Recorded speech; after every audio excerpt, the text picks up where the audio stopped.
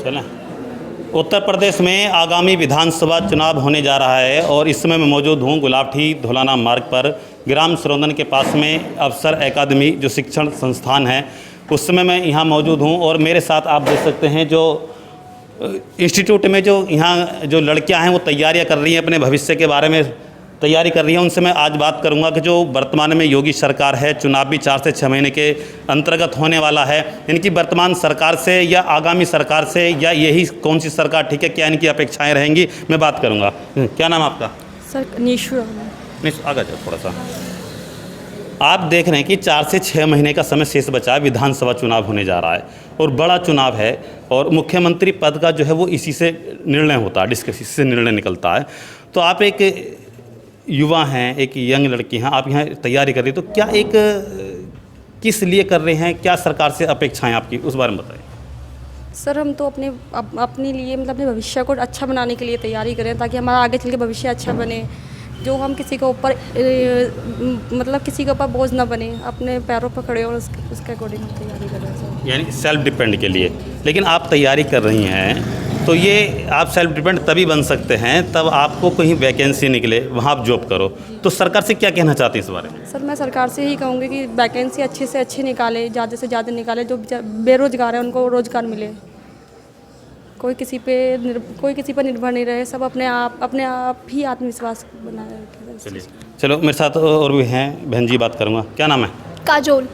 काजल जी, जैसा आप देख रहे हैं कि 4 से 6 महीने का समय शेष बचा है, विधानसभा का चुनाव होने जा रहा है, वर्तमान में योगी सरकार है, आप भी यहाँ इंस्टीट्यूट के अंदर पढ़ाई कर रहे हैं, तो कुछ एक अपेक्षा होगी आपकी फ्यूचर के बारे में, है ना?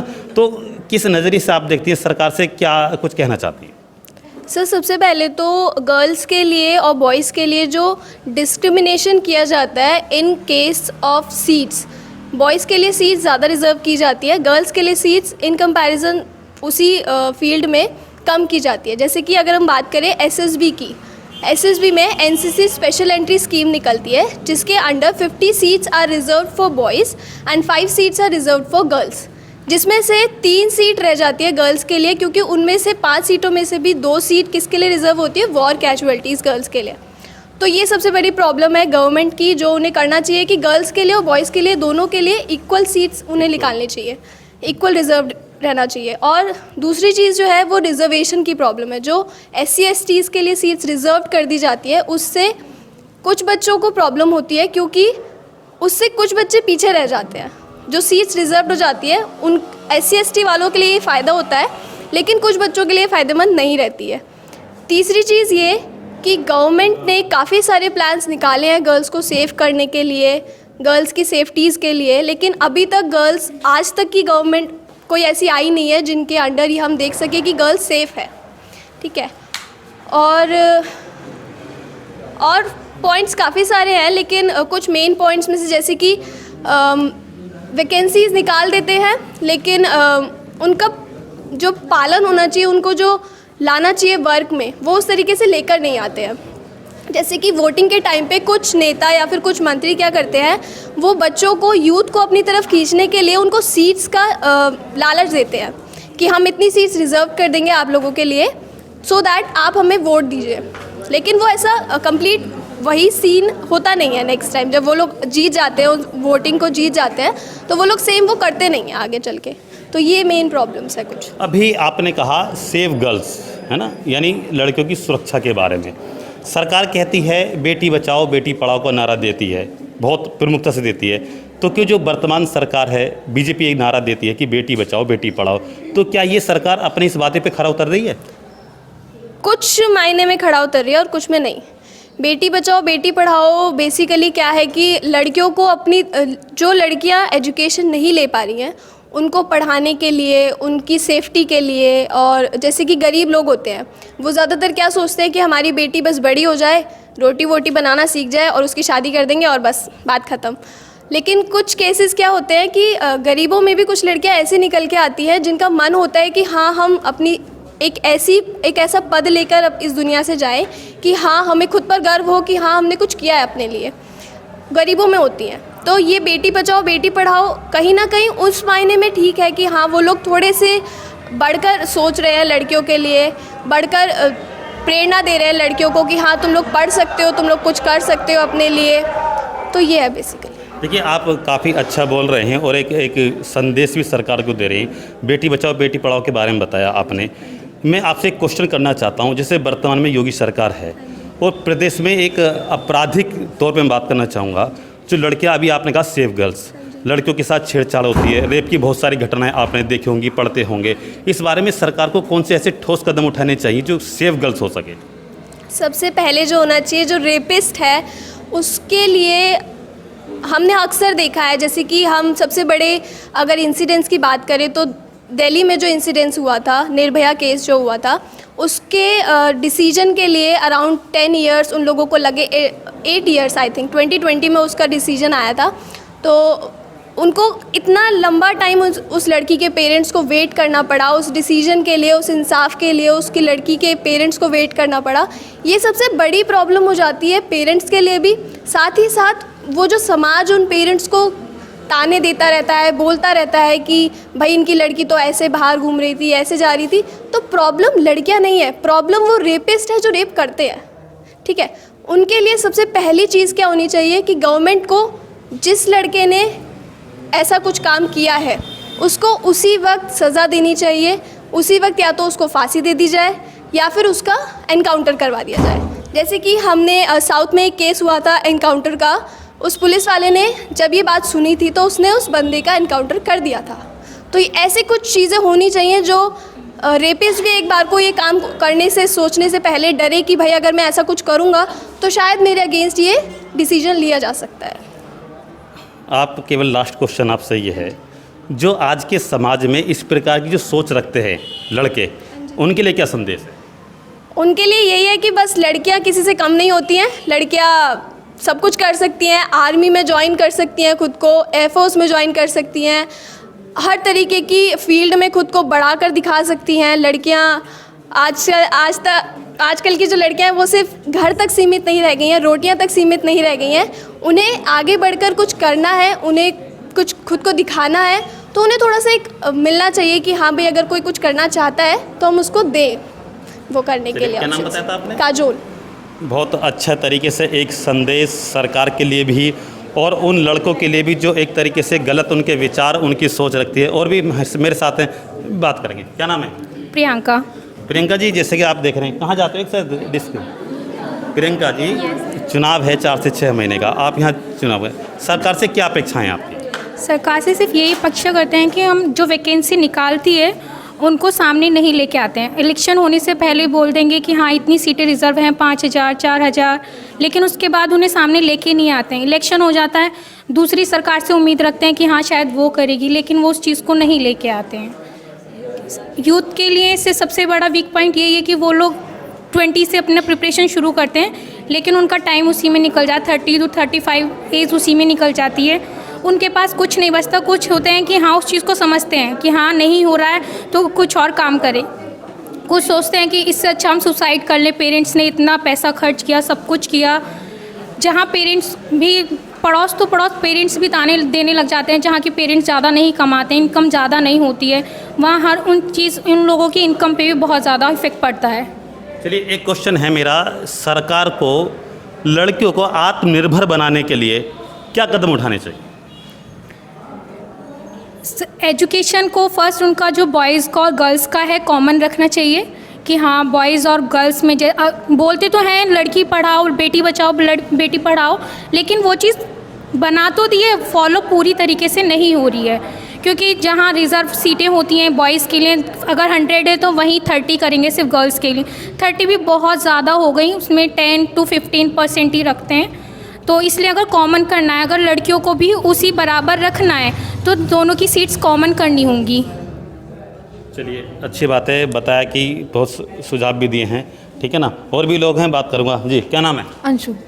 अंजू, आप यहाँ इंस्टीट्यूट में पढ़ाई कर रहे हैं, एजुकेशन कर रहे हैं, चुनाव है, 4 से 6 महीने का समय शेष बचा है, वर्तमान में योगी सरकार है, क्या अपेक्षाएं सरकार से? सर अभी हम बड़े हुए हैं, 18 साल एज हुई है, सोचते हैं घर वाले पढ़ाते हैं कि बच्चा 18 साल हो गई है, अब पढ़ ले, या थोड़ा टाइम मिलता है कि कुछ करने के लिए, क्योंकि बच्चे जब 21 साल का हो जाता है तो सोचने लगते हैं शादी करनी है, 18 से 21 साल की एज में रह जाती है कि जॉब मिलनी है। और सर उसमें भी क्या होता है कि हम फॉर्म डालते हैं, 18 साल के बाद कोई फॉर्म आता है, हम डालते हैं फॉर्म 2 साल हो जाती है सर, फॉर्म नहीं आते हैं, फॉर्म भर जाते हैं, हम वेट करते रहते हैं कि आज फीस फॉर्म भर जाता है, हम वेट करते हैं हमारा एग्ज़ाम होगा, आज होगा, कल होगा, 3 महीने बाद होगा, 5 महीने बाद, पर सर वेट कर रहे हैं, कोई नहीं। अभी एक एग्ज़ाम था DRDO का सर, सन 2019 का भरा हुआ है, पर कोई पता नहीं है कब होगा, कैसे होगा। अब एज निकल जाएगी, फिर बोलेंगे अब एज नहीं है, यही होता है सर। मैं चाहती हूँ सर गवर्नमेंट आए, अपनी तो एग्ज़ाम देती है, वैकेंसी देती है तो टाइम से भरवाए उसे, और अच्छे से वैकेंसियाँ दें जो हम कुछ कर सकें। यानी आपका कहने का मतलब है कि जो फॉर्म भरे जाते हैं उसमें हाँ। शीघ्रता लाई जाए, जी, जल्द से जी, जल्द जी, एग्जाम जी, हो, जल्द जल्द जी, उसका जी। रिजल्ट आउट हो। जी है बिल्कुल, ना? जी बिल्कुल। चलिए, और भी हैं, चलो मैं बात करूँगा। क्या नाम है? प्रवेश। प्रवेश जी, चुनाव है, 4 से 6 महीने का समय बचा है, योगी की सरकार है वर्तमान में। हर व्यक्ति का, आप एक लड़की हैं, एक फ्यूचर होता है कि हम इस प्लेटफॉर्म पे काम कर रहे हैं, तो किस नज़रिए से आप देखते हैं सरकार को? देखिए, अगर हम गवर्नमेंट जॉब की बात करें तो वो तो ज़्यादा पॉसिबल नहीं है। अगर हम कहने लगे कि अगर 10% 20%, इट नॉट पॉसिबल, क्योंकि 2% ही गवर्नमेंट जॉब हैं। एटलीस्ट जो 2% हैं उनमें से ना घटाएं। और योगी जी गाय के पीछे ज़्यादा पड़े रहते हैं, तो उनको थोड़ा यूथ के पीछे जाना चाहिए, क्योंकि यूथ फ्यूचर हैं, ना कि गाय। और रही रिजर्वेशन की बात, जैसा कि उन्होंने कहा, मुझे नहीं लगता रिजर्वेशन से कोई प्रॉब्लम है, क्योंकि रिजर्वेशन में जो ST SC समाज है, जो एक टाइम पे उनके पास ना पैसा था और जो और लोगों के अंडर में काम करते थे, अब एक बात बताइए, जो लोग दूसरे के घर मजदूरी कर रहे हैं वो अपने बच्चों को कहाँ से पढ़ाएंगे? तो जैसी बात है कि छोटे और कम में नंबर में उनकी कम एजुकेशन है, तो उसके हिसाब से उनके लिए सही है। और रिजर्वेशन पहले ही काफ़ी घट चुका है, उसमें कोई दिक्कत नहीं रिजर्वेशन में। और 2% और रही 98% की बात, तो एजुकेशन, जो हमारी नई एजुकेशन पॉलिसी आई है, जो केंद्र सरकार ने नई लाई है, वो बहुत अच्छी है हमारे फ्यूचर के लिए। क्योंकि कुछ लोग हैं जो ओनली 10th 12th तक पढ़ पाते हैं, उनके पास कोई रोज़गार नहीं होता। अब जो शुरू से सीखेंगे तो लास्ट तक मतलब ये है कि अपना सेल्फ डिपेंडेंट रहेंगे शुरू से, उसमें सेल्फ डिपेंडेंट हमारे देश में। दूसरी बात होती है पैसे की। अब एक बात बताइए, सबकी कंडीशन नहीं होती वो आगे पढ़ पाए, लेकिन अगर शुरू से उसके वो सक्षम होगा, आत्मनिर्भर होगा, तो उसे पेरेंट्स की ज़रूरत नहीं है, वो खुद पढ़ सकता है। और एजुकेशन बहुत महंगी है, उसको थोड़ा सस्ता करो, क्योंकि बहुत लोग ऐसे हैं तो जो लाखों में फ़ीस नहीं भर सकते। आपने बिल्कुल सही मुद्दे पर बात की है कि जो वर्तमान में है, जो रोज़गार है वो घटता जा रहा है, और जो एजुकेशन की जो फ़ीस है वो बहुत महंगी होती जा रही है। मैंने खुद क्लैट के लिए ट्राई किया था, उसकी जो नंबर 1 कॉलेज है NLC, जो नेशनल लॉ कॉलेज होते हैं जिनको भारत देश ने मान्यता प्रदान की हुई है, उसकी फ़ीस जो नंबर 1 यूनिवर्सिटी है उसमें 7 लाख है पूरे कोर्स की। बताइए, किसी के पास 7,000 महीने में कमा रहा है, 10-15 हज़ार रुपये कमा रहा है, वो 7 लाख रुपये कहाँ से देगा? तो इसका मतलब वो वकील नहीं बन पाएगा, वो जज नहीं बन पाएगा। यानी आपके अनुसार जो है कुछ जो फीस है उसको एक निर्धारित किया जाए कि, है ना? हाँ, और ये एजुकेशन लोन की बात सब करते कि एजुकेशन लोन ले सकते हैं, संस्थाएं चल रही हैं। मुझे नहीं लगता कोई भी संस्था 7 लाख रुपए दे सकती है पर बंदे को। अगर एक वो 7 लाख रुपए देगी तो वो 10 बंदे को भी दोगी तो कितना खर्च होगा, हिसाब लगा सकते हैं आप। और रही उसकी बात जो आपने बोला कि, और क्या बोला था आपने? मुझे लगता है इसको कम करना चाहिए, निर्धारित कम किया जाए, क्योंकि सबका मन होता है पढ़ने के लिए। सब चाहते हैं कि हम अपने देश का फ्यूचर, मतलब यूथ पढ़ेगा देश बढ़ेगा। जब यूथ ही नहीं पढ़ेगा तो देश कहाँ से बढ़ेगा? तो यूथ को पढ़ना ज़रूरी है। एजुकेशन इंसान को विकास करती है, उसका सर्वांगीण विकास करती है। एजुकेशन की डेफिनेशन यही है।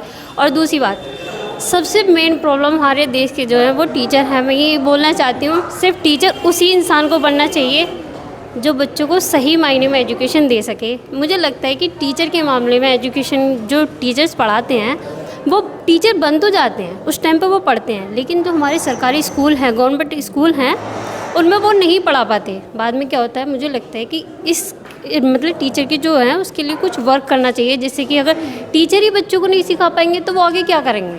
इसलिए टीचर के लिए मुझे लगता है उसके लिए वर्क करना चाहिए, क्योंकि जो जीवन का मोस्ट इम्पॉर्टेंट पार्ट होता है वो टीचर्स होते हैं। जब टीचर नहीं सिखाएंगे तो बच्चे नहीं सीखेंगे। मैं बस इतना बहुत अच्छी बात इन्होंने कही कि जो फीस है, जो फीस की जो वृद्धि है बहुत तेज़ी से बढ़ रही है और जो एजुकेशन फ़ीस है बहुत बड़ी है, तो उसको एक निर्धारित किया जाए, उसे कम किया जाए, जो कमज़ोर से कमज़ोर बच्चे भी हैं, जो लड़कियां हैं, वो भी उसको कर सकें। हमारे साथ और भी हैं। क्या नाम है? सर मेरा नाम दीपिका सिसोदिया है। दीपिका जी, चुनाव है 4 से 6 महीने का, वर्तमान में योगी सरकार है, क्या अपेक्षा है, किस नज़रिए से आप देख रही हैं इसको? सर मेरा मानना ये है कि हम कोरोना के टाइम में सर हम बच्चों की तो कोई गलती है नहीं, तो वो जो एज के बेस पर सर हमें छूट दी जाए सर एज में, कि हम भी सब लोग सब बच्चे फॉर्म भर सकें सर। यानी जैसे 2 वर्ष लॉकडाउन का yes, पीरियड गुजरा है कोविड का, तो वो 2 वर्ष में आपको यानी एज में छूट होनी चाहिए, ताकि हाँ यस सर, ताकि सभी लोग फॉर्म फिल कर सकें। और सर ये जो हम बहुत से बच्चों के लिए सर EWS जो है, ताकि बच्चों को अभी पता नहीं है कि आरक्षण क्या है सर, उसे परमानेंट ये कर दी जाए कि जनरल वाले हो या फिर ST SC सबके लिए नॉर्मल इक्वल होना चाहिए सर। क्योंकि अभी आपने बात करी, मैं कुछ एक नाम लेना चाहता था आरक्षण का, लेकिन मैंने वो आरक्षण का नाम इसीलिए नहीं लिया।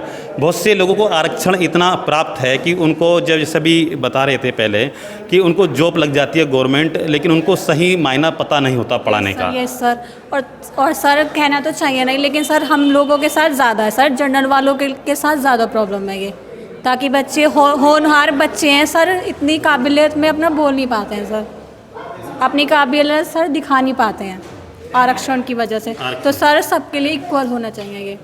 ठीक है, बहुत अच्छी बात। क्या नाम बताया आपने? दीपिका सिसोदिया। दीपिका जी ने बहुत अच्छी बात बताई है कि जो आरक्षण है वो सभी के लिए समान होना चाहिए। एक और भी हमारे साथ हैं, बात करेंगे। नाम क्या है? ज्योति सिसोदिया।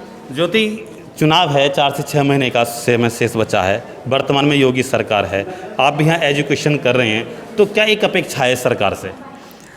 सर बस वैकेंसी बोल दिया, लेकिन आएंगी कब ये तो बता दो। एज का बहुत बड़ा मैटर है। 2 साल पहले बोला था आ रहे हैं फॉर्म, आ रहे हैं, लेकिन अभी तक बस आए तो है नहीं।